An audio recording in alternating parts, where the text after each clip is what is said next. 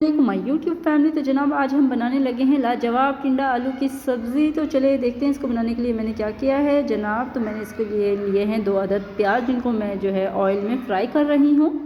और इसको मैंने बहुत ज़्यादा फ्राई नहीं करना है, इसको दरमियाना से मैंने इसको फ्राई कर लेना है। और उसके बाद हम नेक्स्ट स्टेप की तरफ चलेंगे जनाब। तो यहाँ पर हमारा प्याज आप देख रहे होंगे कि बिल्कुल रेडी हो चुका है, इतना कि जितना मुझे चाहिए था। और मैंने क्या किया कि इसमें मैंने जो टमाटर, अदरक, लहसुन का पेस्ट, हरी मिर्च, लाल मिर्च ये वगैरह डाल के इसके अंदर मैंने इसमें ऐड कर दिया। अब इसको मैं क्या करूँगी कि मसाला फ्राई करूँगी जनाब। मैंने इसको जो है चम्मच से हिलाना शुरू कर दिया और हल्की आग पर जो है मैं इसका मसाला बना रही हूँ। साथ साथ मैं यहाँ पर सब्ज़ी भी काट रही हूँ, क्योंकि मेरी सब्ज़ी आज रह चुकी थी और मैं काफ़ी लेट हो चुकी हूँ।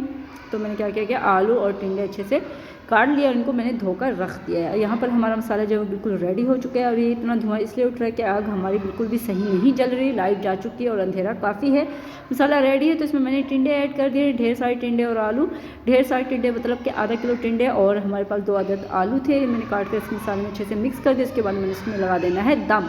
जी जनाब, तो इसमें मैंने पानी ऐड नहीं किया, क्योंकि सब्ज़ी का अपना पानी इतना होता है कि उसमें अच्छे से सब्ज़ी गल जाती है। यहाँ पर इसमें मैंने जो है सब्ज़ी ऐड करके दम लगा दिया। और ये देखिए जी जनाब, दम के बाद देखेंगे टिंडे ने जो है अपना पानी खुद ही रिलीज़ किया है। और उसको मैं अच्छे से हिला रही हूँ, ताकि ये फिर इक्वल से मैं इसको दोबारा से दम लगा सकूँ और इसका पानी ड्राई हो जाए। तो जनाब मैंने हिलाकर इसको दोबारा से रख दिया है।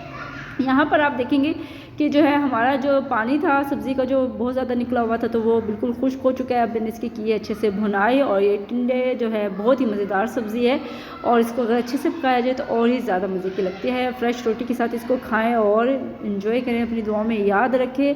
और उम्मीद है कि आपको पसंद आया होगा। अपनी ढेर सारी दुआओं के साथ अल्लाह हाफिज़।